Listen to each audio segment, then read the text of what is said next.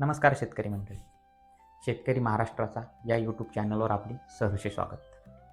आज आपण एक अशी सुंदर शेतकऱ्याच्या जीवनावर आधारित कविता ऐकणार आहोत, जी की तुम्हाला नक्कीच आवडेल. जर तुम्हाला कविता आवडली तर तुम्ही चॅनलला सबस्क्राईब करा व लाईक करा. पांढरं सोनं पिकवलंय का माती मोल विकू, पांढरं सोनं पिकवलंय का माती मोल विकू, आणि विकल जे ते पिकवलं तर म्हणता तुम्ही आफू.